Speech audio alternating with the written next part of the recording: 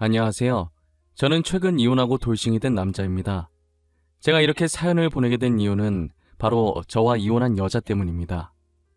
그 사람을 아내라고 부르고 싶지 않을 정도로 제 결혼과 이혼은 너무나도 수치스러워요. 지금 생각해보면 무엇 때문에 아내를 그리 사랑했는지 모르겠을 정도로 콩깍지라는 게 무섭네요. 저는 사랑하는 사람과 행복한 가정을 이루고 싶었을 뿐이었는데 그게 너무 큰 바람이었나 봐요. 이 이야기를 정말 쪽팔려서 주변 사람들한테 털어놓을 수가 없어서 이렇게 익명으로 사연을 보내봅니다. 저는 1년 전에 의사인 아내와 결혼을 했었어요. 제가 아내를 데리고 처음 결혼 허락받으러 갔을 때 저희 부모님의 반대가 너무 심했었어요. 이 말을 들은 여러분들은 저희 부모님의 눈이 너무 높다고 의사 며느리면 좋아해야 하는 것 아니냐고 얼마나 더 대단한 며느리를 데리고 와야 허락을 해주나 싶으시죠? 저희 집은 사업하는 집안인데 규모가 꽤나 큰 편이에요. 저희가 사업을 하는 집안이다 보니 저희 부모님은 제가 같은 업계 사람이랑 결혼하길 바라셨죠. 아무래도 같은 사업가로서 서로의 일에 이해도 잘해줄 것이고 필요할 때 도움도 받을 수 있잖아요. 사업을 하면서 비슷한 사람끼리 서로 상보상조하는 것이 좋으니까요. 저는 그래도 아내 직업이 평범한 것도 아니고 의사니까 부모님께서 허락을 해주시지 않을까 했어요. 단호하게 반대를 하시니 저도 놀랐지만 아내도 만만치 않게 놀라했어요. 왜냐면 아내도 자신의 직업이 어디에 꿀리지 않을 직업이라는 걸 알았으니까요. 단칼에 안 된다고 하시니 아내 입장에선 당황스러울 수밖에 없죠. 결혼은 반대했지만 연애하는 건 자유고 아직 저희가 젊으니 그것까진 반대하지 않겠다고 하시더라고요. 그래서 저희는 헤어지지 않고 계속 연애를 해왔어요. 언젠가는 저희 부모님의 마음이 돌아서리라 굳게 믿고 있었거든요. 하지만 마음을 돌릴 기미가 보이지 않았고 아내와의 결혼 이야기를 꺼내려고 하면 부모님은 아무 말도 하지 못하게 저를 째려보셨어요. 저는 부모님의 기에 눌려서 결혼의 기억자도 못 꺼내고 입을 닫아야 했어요. 부모님은 연애는 연애고 결혼은 결혼이라며 선자리에 나가라고 하시는 거예요. 저는 이야기가 갑자기 왜 그리로 빠지냐고 했더니 슬슬 결혼할 나이 아니냐고 잔말 말고 부모님이 잡아놓은 선자리에 나가라고 하시더라고요. 이건 정말 아닌 것 같다고 선자리에 나가지 않겠다고 하고 집을 나왔어요. 저는 아내에게 비밀을 만들고 싶지 않아서 사실대로 이야기했어요. 아내는 제 말에 허공을 보며 골똘히 무언가를 생각하는 듯 하더니 이내 제 눈을 똑바로 쳐다보는 거예요. 오빠, 우리 그렇게 하자. 어머님, 아버님께서 계속 우리 결혼을 반대하시잖아. 그럼 우리도 두 분이 우리 결혼 반대 못하시게 만들어버리자. 어때? 우리 부모님이 반대 못하게 만들자고? 어떻게 하려고? 생각해놓은 방법 있어? 당연히 있지. 나한테 아주 좋은 생각이 있어. 우리 사고치자. 사고치자고. 모르겠다는 눈빛 보내지 마. 무슨 말인지 이해했잖아. 애기 가지자고. 뭐, 아기를 가지자고? 너 진지하게 생각한 거 맞아? 충동적으로 막 뱉는 말이 아니고? 아니, 무슨 결혼 허락 받겠다고 아기를 가져. 너 아기 가지면 일 쉬어야 돼. 그건 내가 알아서 할게. 그리고 나 충동적으로 막 뱉은 말 아니고 엄청 진지해. 내가 빈말하는 거 봤어? 아이 가지면 오빠네 부모님도 어쩌지 못할 거야. 안 그래? 아내는 저희 부모님한테 허락받으려면 그 방법밖에 없다면서 아이를 가지자고 하는 거예요. 이미 가진 아이를 어쩌겠냐면서 만약 지우라고 하면 자신이 원한 가지고 애 지우라고 했다고 소문내서 기업 이미지 망칠 수도 있다는 생각에 무조건 허락하신다고 장담하더라고요. 저는 아내의 말도 일리가 있다고 생각했고 당장 실행에 옮기기로 했어요. 그렇게 3개월 정도 지나고 아내가 정말 임신을 하게 된 거예요. 3주 차라고 초음파 사진을 내미는데 진짜 제가 아빠가 된 게 맞는지 믿기지가 않더라고요. 조그맣게 콩처럼 찍혀있는 게 제 아이라는 사실에 감회가 새로웠어요. 저는 당장 아내에게 결혼을 허락받으러 가자고 했어요. 일단 무작정 저희 집으로 오긴 했는데 막상 문을 열려고 하니 긴장되더라고요. 떨리는 손을 손잡이에 올려놓은 상태로 몇 번이나 심호흡을 했어요. 아내는 제 손 위에 자신의 손을 올리더니 저를 향해 고개를 한번 끄덕이더라고요. 저도 아내 따라 고개를 끄덕이고 아내와 같이 문을 열었어요. 문 열리는 소리에 부모님이 저희 쪽으로 쳐다보셨고 아내와 함께 온 모습을 보고 눈을 찌푸리더라고요. 여자친구는 뭐하러 데리고 온 거냐? 또 결혼 허락해달라는 쓰잘데기 없는 말 하러 온 거냐? 아가씨께는 너무 미안하지만 우리 아들 이번에 선보러 갈 거예요. 알고는 있어야 하지 않나 싶어서. 알고 있습니다. 안 그래도 아까 오빠한테 이야기 다 들었어요. 그런데 어머님, 아버님, 저희 오빠 그 선자리 못 나가요. 곧 아빠 될 사람인데 선자리에 나가면 곤란하죠. 아빠가 된다니 그게 무슨... 설마 너... 아니다. 아가씨가 말해볼래요? 내가 생각하는 그게 맞나요? 임신이라도 했다는 말이에요? 네, 아버님. 저 오빠 아이 가졌어요. 3주 차래요. 못 믿으실까봐 여기 초음파 사진도 가지고 왔어요. 진짜인지 가짜인지는 거기에 찍힌 산부인과에 연락해보시면 바로 알 수 있으실 거예요. 아내는 당당하게 초음파 사진을 내밀었고 아버지는 당황한 표정으로 사진을 받아드셨어요. 그리고 임신이라는 말에 놀라서 주방에 계시던 어머니가 국자를 든 채로 거실까지 나오셨더라고요. 아버지는 아내의 말 따라 휴대전화를 들어서 산부인과에 전화를 해서 확인했어요. 산부인과 측에서 맞다고 했는지 전화를 끊고 아무 말 없이 사진만 빤히 보시더라고요. 저와 아내는 괜히 긴장돼서 옴짝달싹도 못한 채 마른 침만 삼켰어요. 1분간의 숨막히는 정적이 이어지더니 이내 아버지는 활짝 웃으시더라고요. 아버지가 웃는 동시에 어머니도 웃으시는데 이게 무슨 상황인가 싶어 저와 아내는 아무런 제스처도 취하지 못하고 눈만 꿈뻑꿈뻑거리고 있었어요. 이야, 이게 정말 내 손주란 말이야? 이렇게 조그만 것이 아들인지 딸인지는 아직 모르는 거지. 언제쯤 알 수 있다니? 개인적으로 딸이었으면 아는구나. 나는 외동아들밖에 없어서 딸이 너무 궁금해. 아마 3주 정도 더 지나야 성별 알 수 있을 거예요. 누굴 닮았으려나? 인물은 솔직히 며느라이가 더 나은데 말이에요. 솔직히 우리 아들은 너무 평범하잖아. 그 반응들은 뭐예요? 좋아하는 것 같긴 한데 그래서 저 선 나가요? 애 아빠 될 사람이 선자리를 왜 나가? 출산 힘든 건데 네가 며느리 옆에서 보필해야지. 네 엄마도 너 낳을 때 엄청 고생했어. 네가 애 낳을 때까지 잘해줘.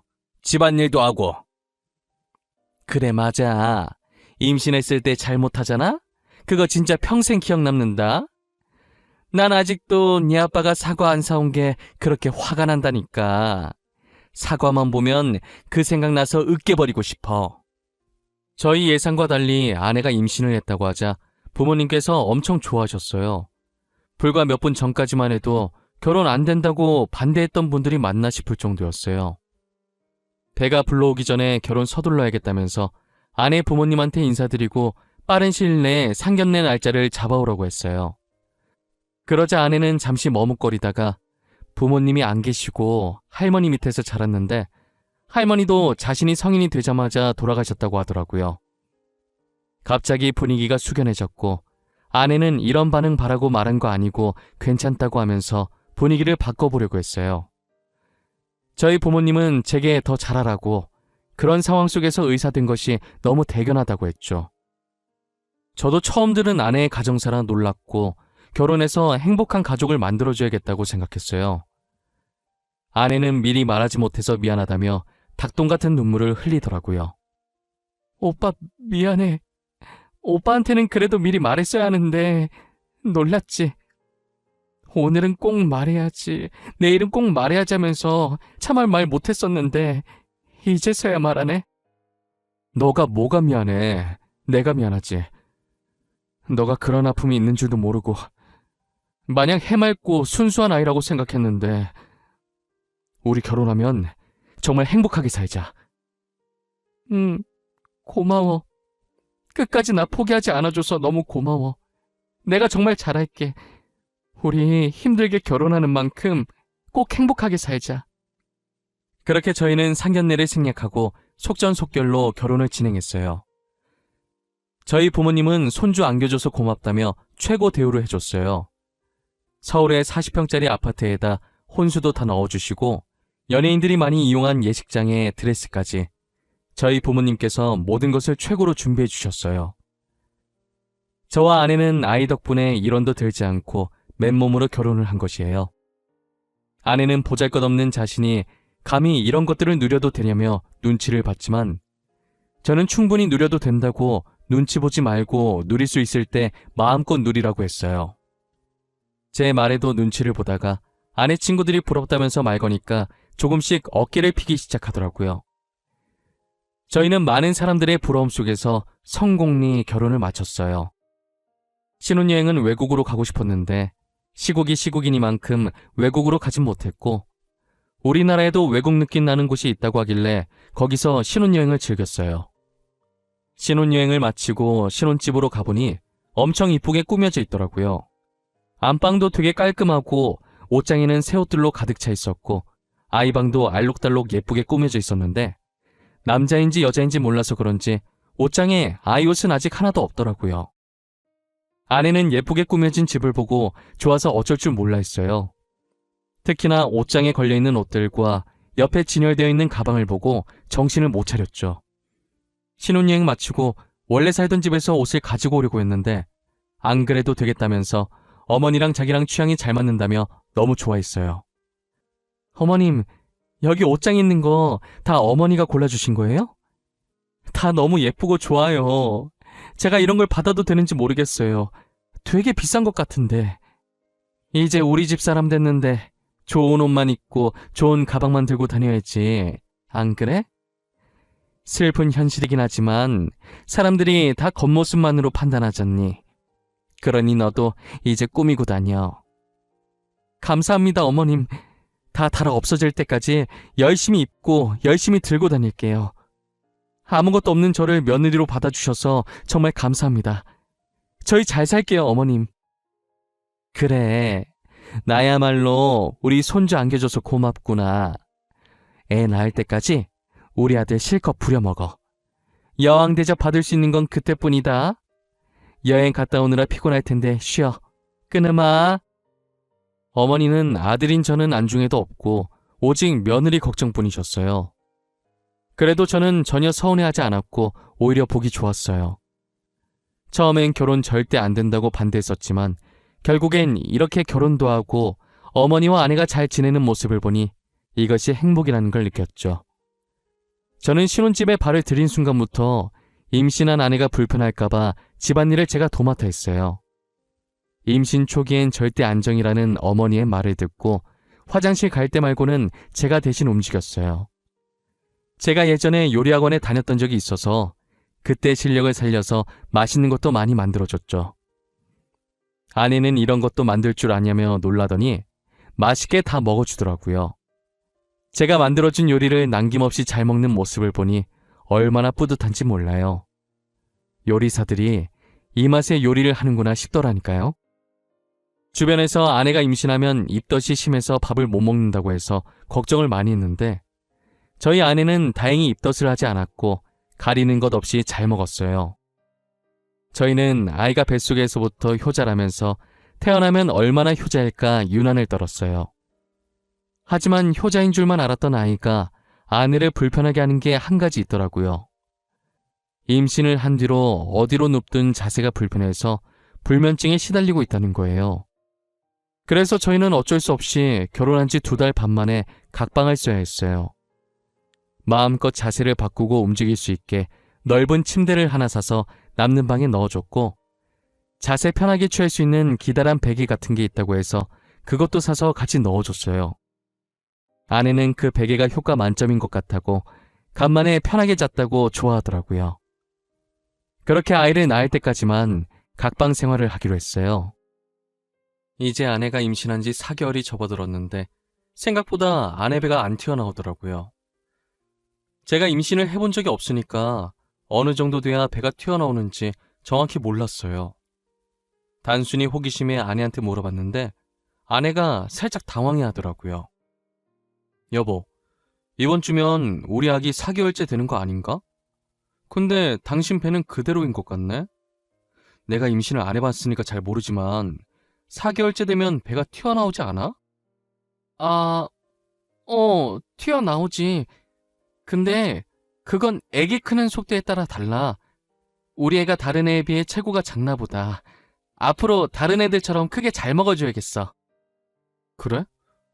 근데 당신 최근에 되게 잘 먹었잖아. 아, 영양소 고루고루 잘 먹여야 하나? 우리가 너무 고기만 먹긴 했어. 야채도 좀 먹어야겠다. 임산부한테 좋은 음식 좀 알아볼게. 진짜 매번 고마워. 나 정말 남편 하나는 기가 막히게 잘 뒀다니까? 당신 같은 사람을 어디서 만나. 항상 고마워. 아니야, 나야 고맙지. 너 덕분에 내가 사람 됐잖아. 우리 앞으로도 지금처럼 행복하게 살자. 저는 아내가 당황해하긴 했지만 아무래도 아내가 의사이기 때문에 의심 없이 아내의 말을 믿었어요. 그 뒤로 임산부에게 좋다는 음식만 골라서 아내에게 해다 바쳤고 아내는 아기를 위해 열심히 먹었어요. 다행히 아이에게 아무 문제가 없는지 아내의 배가 조금씩 불러오기 시작하더라고요. 아내는 자신의 병원에 산부인과도 있어서 근무하면서 홀로 검진을 다녔고 저는 이쯤 되니 아이의 성별이 궁금해지더라고요. 하지만 낳았을 때 아는 게 더 감회가 새로울 것 같아서 성별을 물어보지 않았어요. 아내는 몸이 무거워질수록 점점 화가 많아졌고 저는 아내가 화내면 아이에게 좋지 않으니 친구들 만나서 스트레스라도 풀라고 카드를 쥐어줬어요. 앞으로 계속 제 카드를 들고 있다가 필요한 것들 사고 먹고 싶은 것도 사 먹으라고 했죠. 아내는 카드를 보고 두 눈을 반짝이더니 진짜 다 사도 되냐고 갑자기 애교를 부리더라고요. 저는 그 애교에 넘어가서 사고 싶은 거 다 사라는 말을 내질러 버렸어요. 아내는 정말 사고 싶은 것들 다 사기 시작했고 집에 비슷한 가방이 여러 개나 있는데도 자신의 성에 차지 않는지 계속 사드렸어요. 저는 그만 사라고 하려다가 한 입으로 두 말하는 쪼잔한 남자 될 것 같고 임신할 때 잘해야 된다고 안 그러면 두고두고 기억에 남는다는 어머니의 말이 생각나서 그냥 두고 볼 수밖에 없었어요. 그러다 아내가 대뜸 친구와 태교 여행에 가고 싶다고 하더라고요. 자기 친구들도 아이 가졌을 때 태교 여행 갔다고 하면서요. 자기야, 나 친구들이랑 태교 여행 갔다 오면 안 돼? 내 친구들도 아이 가졌을 때 친구들끼리 태교 여행 갔다고 하더라고. 그래? 근데 나랑 가면 되잖아. 꼭 친구들이랑 가야 돼? 자기, 나 서운하려고 그래? 아니, 나 결혼하고 나서 친구들이랑 여행 한 번도 못 가봤단 말이야. 이때까지 자기랑 많이 놀았잖아. 이번엔 자기가 양보해주면 안 돼? 알겠어. 아쉽지만 내가 양보해야겠네. 친구들이랑 재밌게 놀다 와. 어디로 얼마나 놀고 올 건데? 오래 있다 올 거야? 이렇게 무거운 몸으로 어떻게 오래 있다 와. 그냥 짧게 2박 3일 갔다 올 거야. 요즘 경주가 그렇게 핫하대. 그래서 경주 갔다 오게. 그래, 조심히 갔다 와. 언제나 몸 조심하고, 알겠지? 카드는 전에 내가 준 거 있지? 그거 가지고 가서 재밌게 놀다 와. 그렇게 아내는 친구들과 경주로 2박 3일 여행을 떠났고 저는 간만에 휴식을 취했어요. 친구들한테 아내 여행 갔다고 이야기하니 혼자 있을 때 술 한잔 하자고 부르더라고요. 저도 곰곰이 생각해보니 아내 챙기느라 친구를 한 번도 못 만났던 것 같아요. 간만에 친구들 만나 에너지 충전 좀 하자 싶어 편한 옷을 찾고 있었어요. 근데 제가 입으려고 했던 후드티가 안방 옷장에 안 보이는 거예요. 며칠 전에 아내가 제 후드티를 입었던 게 생각나서 혹시나 거기에 있나 보려고 아내 방에 들어가서 옷장을 확인했어요. 옷장을 하나씩 확인하는데 걸려있는 옷 사이에 이상한 게 하나 있더라고요. 손으로 잡으니 묵직한 게 한 손으로 빼내기가 쉽지 않더라고요. 끙끙거리면서 빼보니 이상한 물건의 정체는 TV 속에서 많이 보던 임산부 체험복이었어요. 저는 도대체 이게 왜 아내 방에 있지 하면서 별 생각 없이 옆에 세워두고 후드티를 마저 찾다가 갑자기 쎄한 느낌이 들었는데 설마 하고 넘겼어요. 그 당시엔 제가 드라마를 너무 많이 봐서 쓸데없는 생각하고 있는 거라고 믿었어요. 저는 그게 왜 있는지 너무 궁금해서 아내가 돌아오는 날엔 평일이라 제가 퇴근하고 저보다 먼저 집에 와서 짐을 풀고 있는 아내에게 물어봤어요. 아내는 아무렇지 않게 자기 환자가 주문한 거라고 하더라고요. 내가 당신 여행 가 있는 동안에 후드티 찾는다고 잠시 당신 옷장 봤었거든. 근데 TV에서나 보던 임산부 체험복 있더라고. 그거 뭐야? 왜 당신 방에 그게 있어? 아, 그거? 안 그래도 그거 내일 병원에 가지고 가야 돼. 환자가 주문한 거거든. 아내 임신 준비하는데 그 전에 자기가 아내 고통 먼저 느껴보고 싶다나? 그래서 내가 주문해줬어. 그런 거였어? 특이한 환자분이네. 하긴 먼저 고통 느껴보는 것도 좋긴 하겠다. 얼마나 힘든지 알아야 아내한테 더 잘할 거 아니야. 좋은 남편이시네. 아참, 당신한테도 저거 주문해서 입혀볼 걸 그랬나? 그럼 내가 지금 얼마나 힘든지 알 텐데. 난 괜찮아. 나는 입어보지 않아도 충분히 알았어. 그때 들어보니까 되게 무겁더라고. 나는 정말 괜찮은 것 같아. 당신 아직 저녁 안 먹었지? 내가 저녁 차려줄게. 아내는 호기심 가득한 표정으로 제게 임산부 체험복을 따로 주문해서 입어보길 권했고 저는 정말 입으라고 할까봐 말을 돌려버렸어요. 아내는 밥 먹으면서도 괜히 임산부 체험복 얘기를 하면서 난처해하는 제 표정을 보고 즐기더라고요. 저는 모양 빠지게 안 입겠다고 한 게 뒤늦게 민망해서 멋쩍은 듯 머리를 긁었어요. 그러다 한날은 제가 지방 출장이 잡혀 있었는데 갑자기 취소가 된 거예요. 당시 제가 피로감도 많이 쌓이고 몸이 좋지 않은 느낌이라 가기 싫었는데 잘 됐다 싶었어요. 저는 컨디션도 안 좋고 빨리 쉬고 싶은 마음에 아내에게 연락도 안 하고 곧장 집으로 갔어요. 운전도 못할 것 같아서 차를 회사에 두고 대중교통 이용해서 집에 갔죠. 집으로 들어가니 아내의 목소리가 현관까지 들리더라고요. 거실에 가니 안 보이고 소리 들리는 쪽으로 발걸음을 옮겼어요.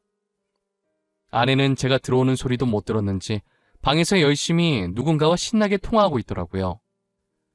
천천히 걸어서 문 앞에 다다랐을 때 문틈 사이로 들려오는 아내의 목소리를 듣고 멈춰섰어요. 근데 너 이제 어떡할 거냐? 대충 유산했다고 하지 왜 이렇게 질질 끌었어? 아이 어디서 구하려고 그래? 나 사사나 나왔다고는 말 못해준다. 미리 말했어. 야, 친구 좋다는 게 뭐냐? 이번에도 나 좀 도와줘. 나 너가 도와준 덕분에 결혼한 거잖아. 나 그때 진짜 아버님이 전화할 줄은 꿈에도 몰랐다? 얼마나 간 쫄리던지. 너 저번에 임산부 체험복 들킬 뻔했다며. 진짜 웃겨. 야 잠깐만. 너네 남편 출장 갔다고 했지? 남편 출장 가 있는 동안에 유산했다고 하면 안 돼? 애 심장 안 뛰어서 수술했다고 하면 되잖아. 너 진짜 머리 좋다. 어떻게 그런 생각을 해내지? 애 심장 안 뛰는데 자기네들이 어쩔 거야. 그치? 나는 그냥 이 집 며느리로 있기만 하면 돼. 아버님 재산이 진짜 어마어마하더라고. 결혼식만 봐도 으리으리하더라. 우리 중에 너가 제일 초호화 결혼식 했을 거다. 너 SNS 보니까 집도 좋더만. 너무 부럽다.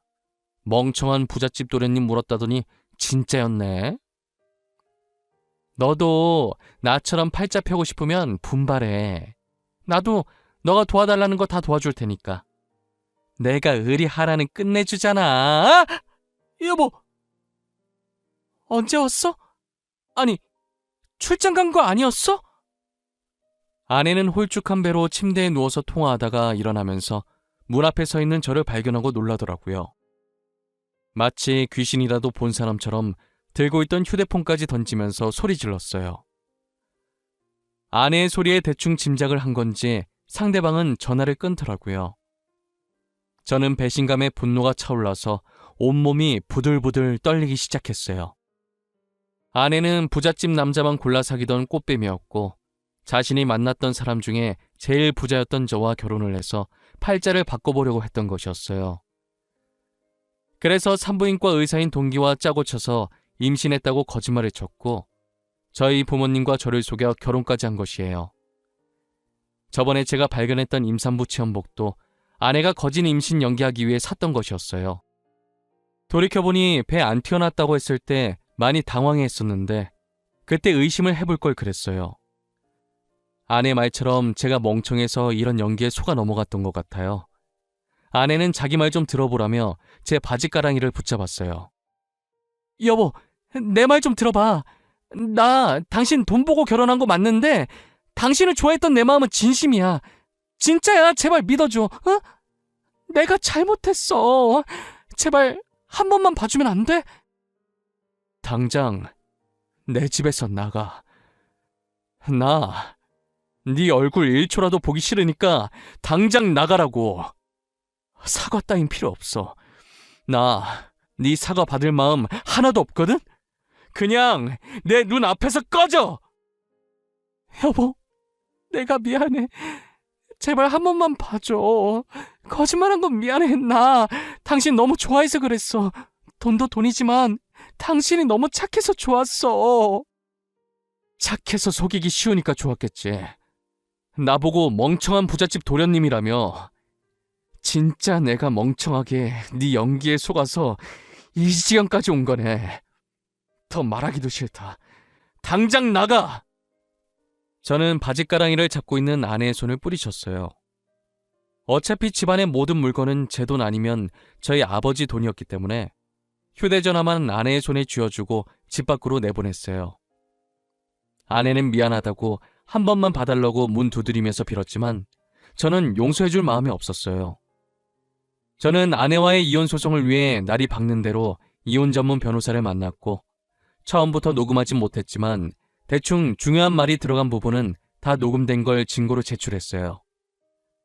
법원은 당연히 저의 손을 들어주었고 아내는 제게 위자료를 줘야 했어요. 그리고 저는 아내가 의사생활을 못하도록, 아니 사회에 발을 들이지 못하도록 하고 싶었어요. 그래서 아버지께 모든 걸 말씀드렸고 아버지는 인맥을 총동원해서 아내가 병원에 발을 들이지 못하도록 만들었어요.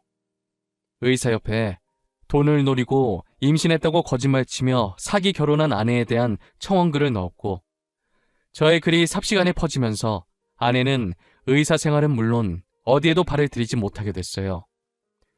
멍청한 부잣집 도련님 꼬셨을 때 이렇게까지 되리라는 생각은 전혀 못했었나 봐요. 세상엔 돈으로 안 되는 것이 아무것도 없는데 말이에요. 저는 아내가 병원이 아니라도 어디에 이력서를 넣든 못 들어가게 막을 생각이에요. 멍청하다고 비웃었던 사람에게 당하면 얼마나 비참할지 상상이 안 가네요. 저는 아내의 임신 조작을 도와준 친구도 찾아내서 병원에 발을 못 디디게 했고 그의 만행도 까발려 위조로 고소까지 넣었어요. 어차피 저는 이런 일이 있어도 꽃뱀한테 걸려서 불쌍하다는 얘기만 듣지 아내는 아마 평생 꼬리표가 남아 새 출발하긴 힘들 거예요. 그래도 저는 부잣집 도련님이라 그런지 이혼을 해도 저와 선을 보고 싶어하는 사람이 많더라고요. 역시 부모님들 말씀대로 비슷한 집안끼리 결혼을 할 걸 그랬나 봐요. 옛말에 어른들 말 들으면 자다가도 떡이 생긴다는 말이 있잖아요. 괜히 사랑에 눈 멀어서 부모님 말 안 듣다가 벌 받는 것 같은 느낌이에요. 지금은 부모님이 마음에 들어하는 조건의 여자를 소개받아 결혼을 전제로 만나고 있는 중이에요. 다시 결혼하고 싶은 마음은 없었는데 저희 부모님이 간절히 원하시더라고요. 사실 저희 부모님이 평상시에도 아기를 되게 좋아하셨어요. 그래서 전 아내가 아이를 가졌을 때 되게 행복해하면서 출산일만 기대하고 있으셨거든요. 아이 가지고 장난친 전 아내를 두고두고 저주하겠다며 이를 갈고 계세요. 간이 얼마나 크면 감히 우리 집안을 속이냐고 하면서요. 아마 전 아내가 대한민국을 뜨지 않는 한 살아있는 동안에 끊임없이 저희 부모님께 시달릴 것 같네요. 저도 저희 부모님처럼 전 아내를 가만히 놔둘 생각은 전혀 없어요.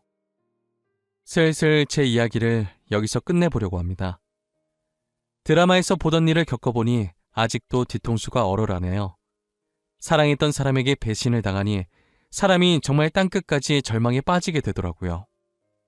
지금은 잘 이겨내고 다른 사람을 만나고 있지만 당시엔 정말 죽을까도 생각 많이 했어요. 그래도 이렇게 좋은 사람을 만나 많이 치유되어 다행이죠. 여러분들도 저처럼 멍청하게 당하지 말고 뭐든 확실히 알아보시길 바랄게요. 꼬리가 길면 잡힌다고 거짓말하면 언젠간 잡히게 되어 있답니다. 지금까지 제 이야기 들어주신 모든 분들께 감사합니다.